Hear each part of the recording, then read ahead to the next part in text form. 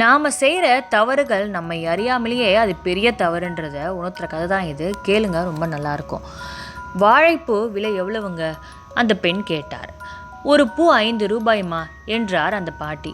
சரி, 6 வாழைப்பூக்கள் ரூபாய் 25க்கு கொடுப்பீங்களா என்று கேட்டாள் அந்த பெண்மணி. சரிம்மா, நீ கேட்ட விலைக்கே வாங்கிக்க. முதல் வியாபாரம் உனக்கு தாமா. சரி, தாரேன்.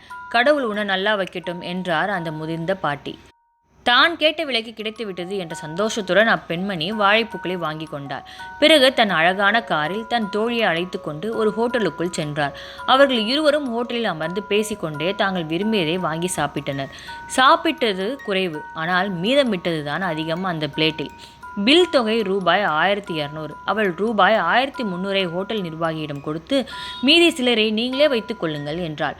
ஹோட்டல் உரிமையாளருக்கு இது மிக சாதாரண விஷயம். ஆனால் வாழைப்பு விற்ற பாட்டிக்கு இது வழி மிகுந்த விஷயம் அல்லவா? இதில் உற்று நோக்க வேண்டிய விஷயம் என்னன்னா, நாம உதவி தேவைப்படும் ஏழைகளிடத்தில் ஏதேனும் வாங்கும் பொழுது நம் பலத்தை காட்டுகிறோம்.